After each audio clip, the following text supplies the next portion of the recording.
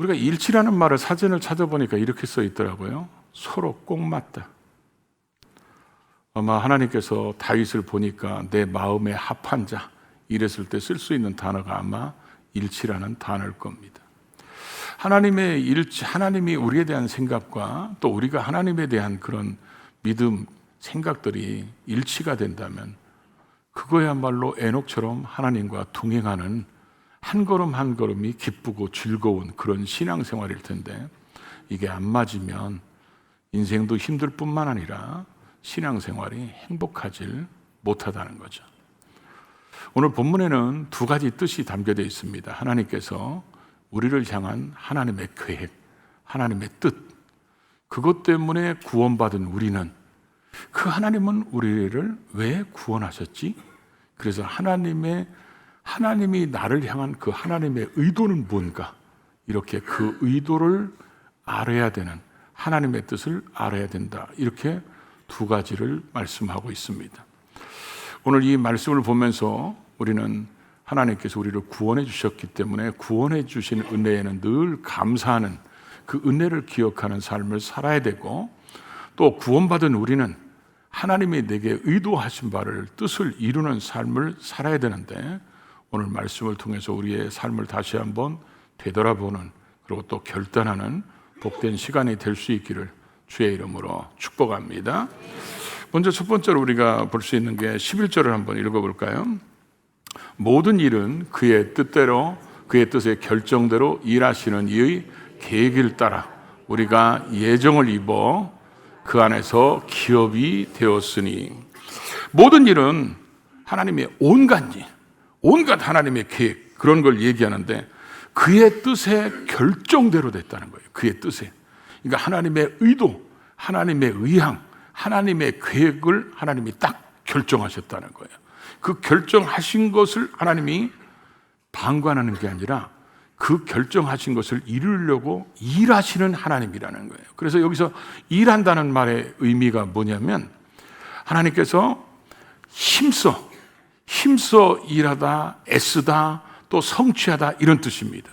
그러니까 하나님께서는 내가 죄인들을 구원해야 되겠다, 특별히 그 중에서 저와 여러분을 구원해야 되겠다, 이런 하나님이 창세전부터 계획을 세우시고 그 계획대로 진행해 오시면서 하나님이 마치 일하시는 표현이 구경꾼이나 방관자가 아니라 마치 막 두 팔을 걷어 올리고 죄를 어떻게든지 구원해야 돼, 이렇게 일하시는 하나님으로 지금 묘사하고 있다는 것입니다. 그래서 우리가 구원받은 것이 그렇게 구원받아서 우리를 구원해 주신 그 영광의 하나님을 찬양하게 하려고 우리를 구원해 주셨는데, 우리가 구원받은 것은 여러분, 우리가 가만히 보면 우리가 하나님을 선택한 게 아니라 하나님이 우리를 선택하셨고, 우리가 믿은 게 아니라 하나님이 믿을 수 있도록 만들어 주셨고, 우리가 복음을 찾은 게 아니라 복음을 갖고 오는 사람을 하나님이 보내주셔서, 가정에서 모태신앙으로 자라면 부모님으로부터 그런 복음을 듣게 되고, 또 내가 누군가의 전도를 받아서 복음을 들었다면 내게 복음을 전해준 사람은 하나님이 보내신 사람이라는 거예요. 그래서 하나님께서 우리 한 사람 한 사람을 구원하셔서 그리스도를 믿고 구원받은 하나님의 자녀가 되는 이 선택의 하나님의 사랑은 절대로 변치 않는다는 겁니다. 그래서 하나님이 우리에 대해서 은혜를 베푸시고 우리에 대해서 하나님의 사랑을 베푸시는 것은, 이건 절대로 변치 않는 그런 사랑이기 때문에 우리는 이 사랑에 아멘하고 받아들이면 되는 거예요. 우리가 성경을 크게 보면 하나님의 절대 불변의 뜻이 있어요. 그게 뭐냐면 예수 그리스도 외에는 구원의 길이 없다. 예수님은 분명히 재림하신다. 이 세상은 언젠가는 끝날이 있다. 그리고 우리가 한 번 죽는 것은 사람에게 정하신 것이요, 그 후에는 뭐요? 심판이 있다. 이런 거는 우리가 바꿀 수가 없습니다. 이거는 절대 불변의 하나님의 법칙이고, 그리고 우리가 예수 믿고 구원받은 것도 사실 뭐 다른 종교를 믿는 사람이나 다른 사람들을 우리가 전도하다 보면 그런 얘기 하는 사람들이 있죠. 예수 믿는 사람들은 어찌 그렇게 편협한지, 지네밖에 모르고 지네 신밖에 모르고 예수 믿어야 된다고. 우리가, 여러분 서로 얼굴 쳐다봐요. 다 얼굴이 편협하게 생겼는지. 널쩍지근하잖아요.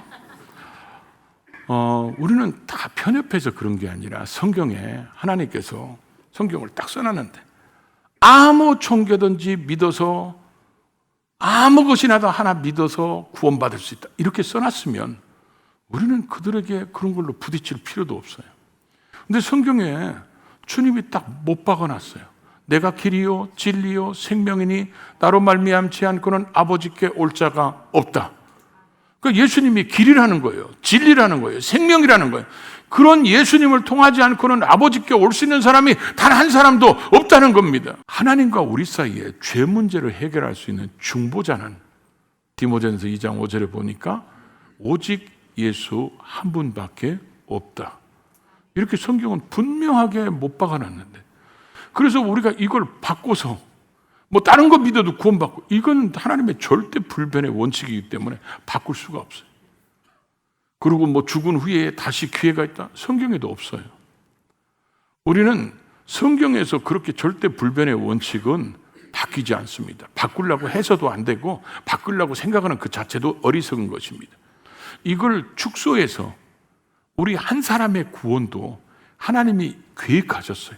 창세전에 계획하셔서 너를 구원하게 됐다. 그래서 우리를 선택하시고, 그래서 우리에게 복음을 들을 수 있는 기회를 주시고, 그 복음을 받게 하고, 복음을 깨닫게 하고, 복음을 믿게 하고, 그래서 하나님의 구원받은 하나님의 자녀가 되게 하셨다. 이게 하나님이 우리를 향한 계획이라는 거예요. 그 계획 때문에 저와 여러분은 구원을 받았다는 것입니다. 구원을 받고 성령님이 우리를 인치셨다는 거예요. 인치셨다는 말은 도장 찍었다는 말인데, 당시에 이게 근동 지방의 사람들의 관례에 따르면, 관습에 따르면 두 가지 의미가 있다고 그래요. 하나는 정치적인 의미를 얘기하면 왕의 도장을 찍었다는 거예요. 어인이 찍힌 거면 그 서류에 대한 뭐요? 권위, 신빙성, 이런 것들이 완전히 다르잖아요. 왕이 도장이 찍혔기 때문에. 그런 의미가 있고, 또 하나는 경제적인 측면에서는 그런다고 그랬죠. 도장이 딱 찍혔다는 것은 소유권이 완전히 넘어갔다는 것입니다. 우리는 죄와 허물로 죽었던 마귀의 자녀였다고 성경 우리에게 말씀하고 있습니다. 그런 우리들이 하나님께서 성령을 통해서 사람을 보내시고 구원의 복음을 듣기 위해서 구원받은 우리들은, 그래서 예수의 피로 우리의 죄가 다 씻음받고 이제 예수와 함께 부활할 것을 믿는 우리들에게는 성령께서 딱 도장 찍어갖고 너는 이제 소유권이 마귀의 자녀에서 하나님의 자녀로 옮겨졌고, 너는 이제 하나님을 뭐요?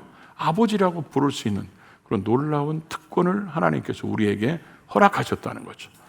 이런 특권을 우리가 받았다면, 이런 하나님의 계획에 의해서 우리가 선택되고 하나님의 계획에 의해서 우리가 구원받았다. 그럼 우리가 꼭 기억할 게 하나가 있죠. 하나님의 계획에 의해서 구원받은 우리는 구원받은 이후로부터 천국 갈 때까지 하나님의 계획 속에 있어야 한다는 것이죠. 그럼 이 계획 속을 우리가, 이 하나님이 우리를 향한 계획을 어떻게 찾아갈 건가?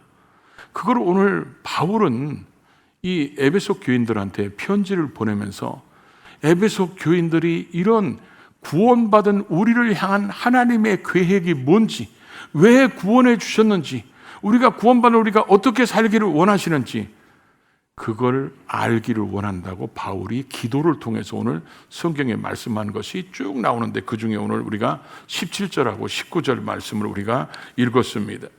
그 17절과 19절의 말씀을 통해서 하나님이 우리에게 말씀하시는 게 뭐예요? 하나님이 우리가 그런 계획을 알기를 원하신다는 거예요. 그런 계획을 알기를 원하시는데 우리가 17절을 한번 읽어볼까요? 우리 주 예수 그리스도의 하나님 영광의 아버지께서 지혜와 계시의 영을 너희에게 주사 하나님을 알게 하시고, 그러니까 우리가 하나님을 아는 것이 구원받은 사람들이 해야 될 일이라는 거예요. 하나님을 알면 알수록 우리는 하나님의 뜻을 이루는 삶을 살아갈 수 있는데, 하나님을 알지 못하면 하나님의 뜻도 모르고 우리를 왜 구원하셨는지 그걸 모르면 절대로 우리가 하나님이 원하는 삶을 살아갈 수가 없다는 거죠. 그러면서 또 18절에 보면 또 뭐라고 표현합니까? 너의 마음의 눈을 밝히사, 마음의 눈이 밝혀지기를 원한다는 거예요. 하나님께서 지혜와 계시의 영이 뭐예요? 성령님을 얘기하는 거예요. 지혜와 계시의 영인 성령님이 임하셔서 우리를 인치셨다고 그랬잖아요. 그리고 우리 안에 성령님이 보증으로 계시니까 이 성령님께서 하나님이 누군지를 알게 하고, 그러고 나서 우리의 마음의 눈을 밝혀서, 이 마음의 눈을 밝힌다는 것을 영적인 눈이 떠진다고 얘기할 수 있죠. 사람들이 영적인 눈이 떠지면 막 신령하게 막 환상이 보이고 이런 거 생각하는데, 영적인 눈이 떠진다는 것은 하나님의 섭리를 볼 수 있는 눈이 열린다는 것을 의미하는 것입니다.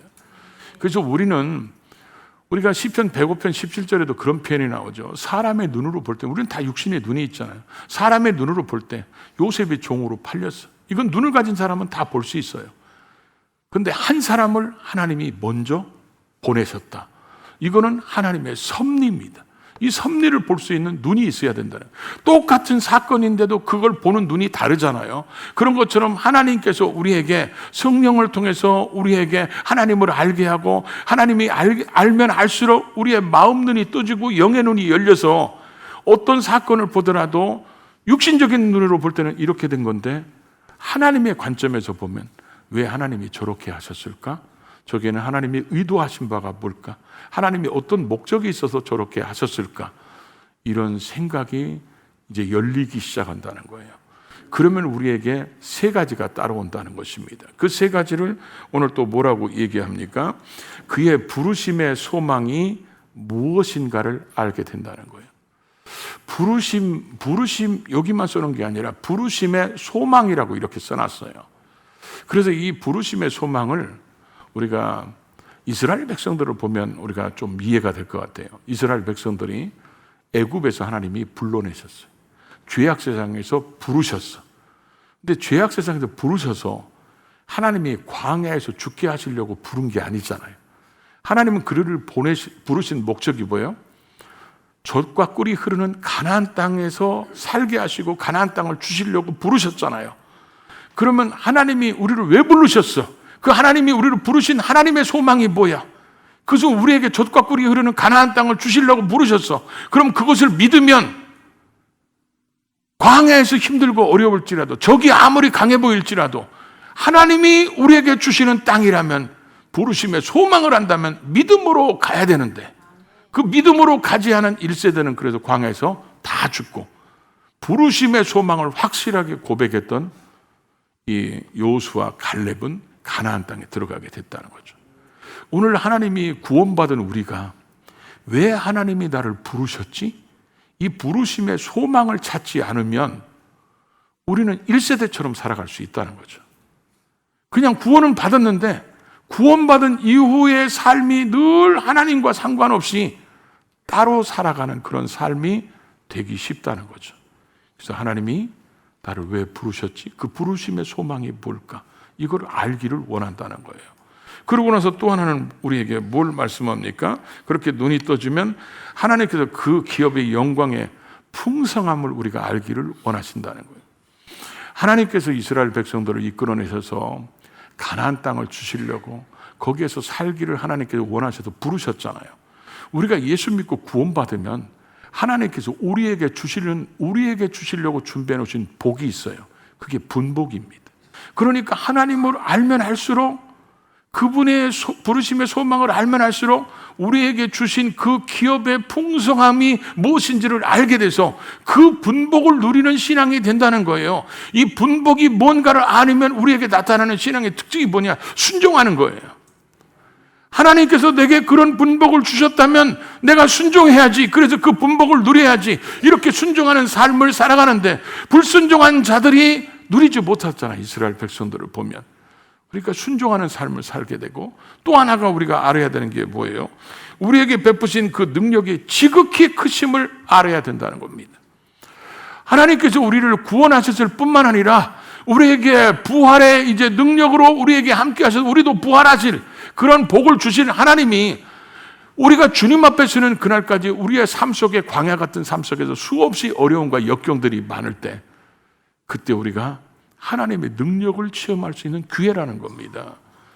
우리가 힘들고 어려울 때 기도했더니 하나님이 응답해 주셨어.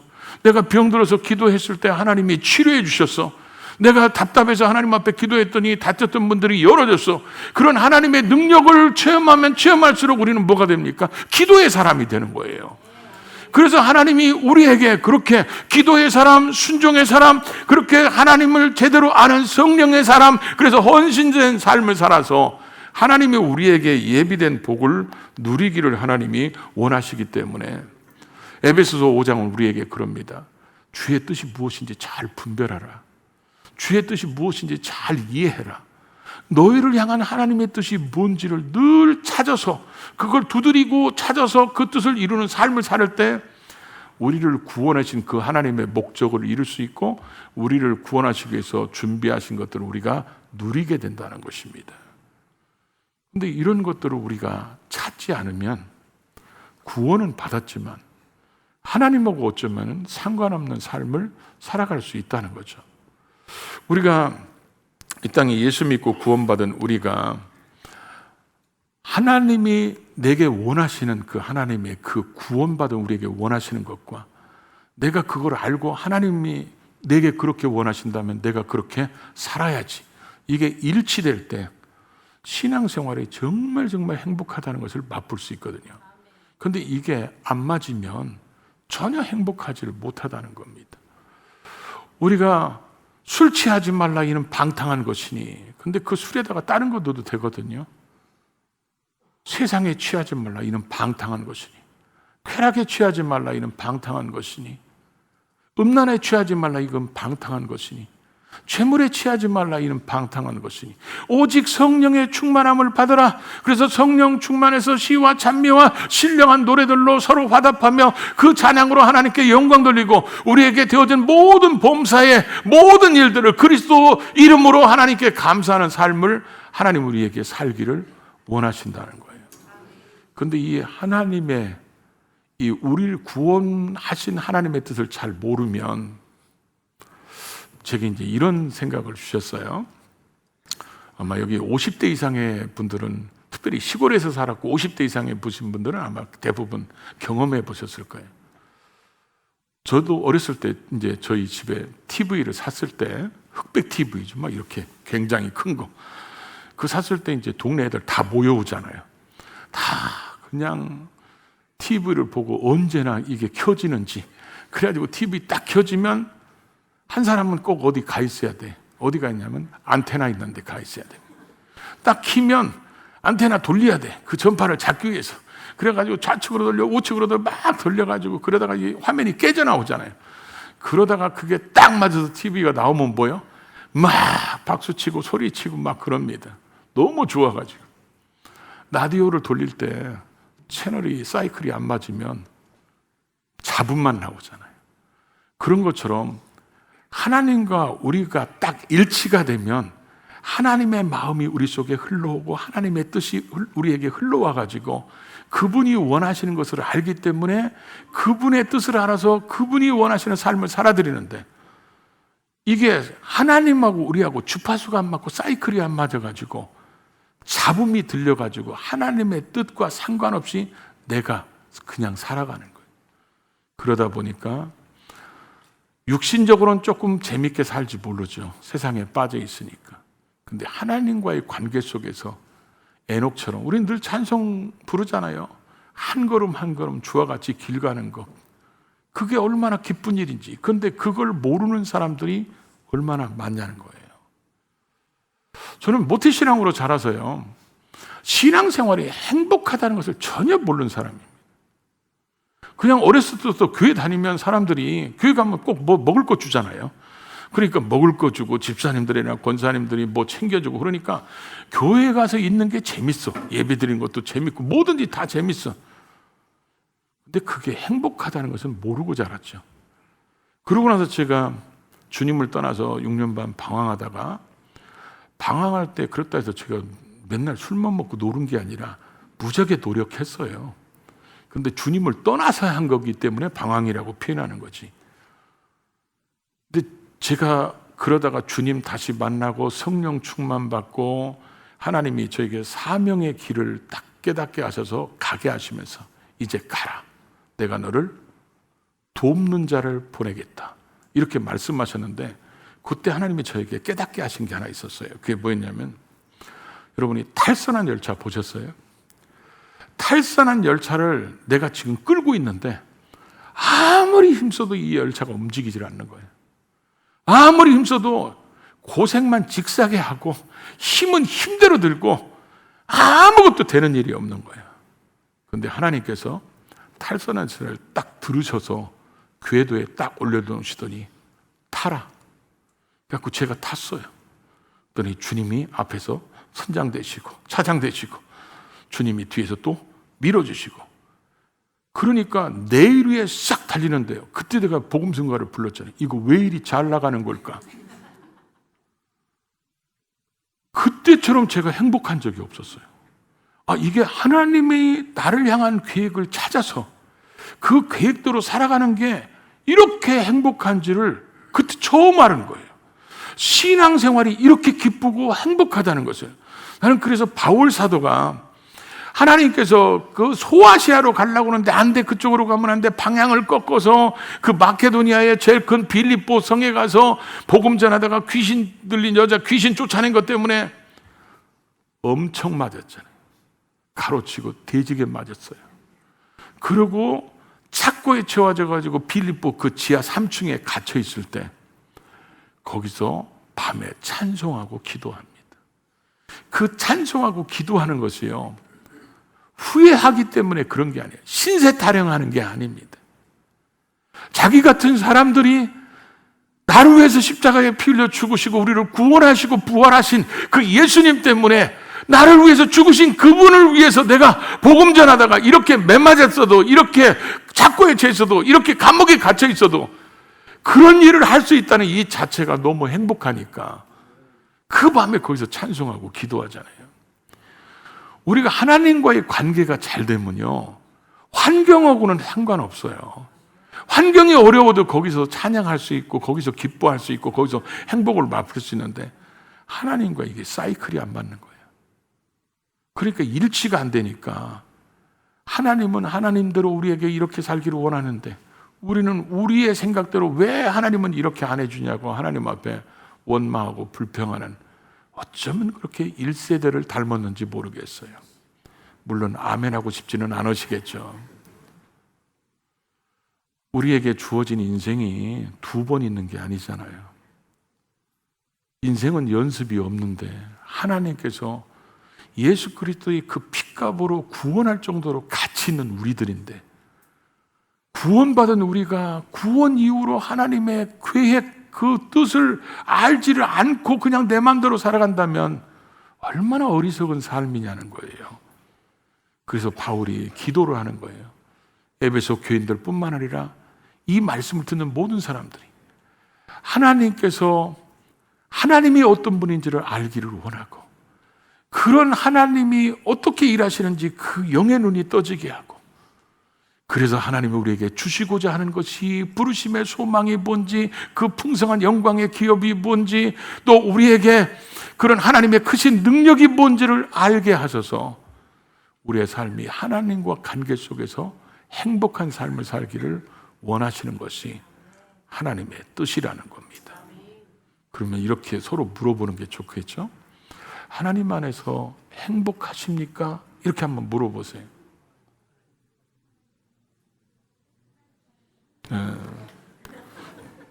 대답하기 곤란한 분도 계신 것 같아요. 제가 이렇게 말씀드리고 있어요. 행복한 얼굴이 왜 그 모양입니까? 여러분, 진짜 하나님 안에서 마음 속에서부터 하나님 때문에 행복하고 기쁘고 감격하고 이런 모습들이 우리를 가슴을 뜨겁게 하는 그런 신앙생활하는, 행복하게 신앙생활하는 우리 모두가 될 수 있기를 주의 이름으로 축복합니다.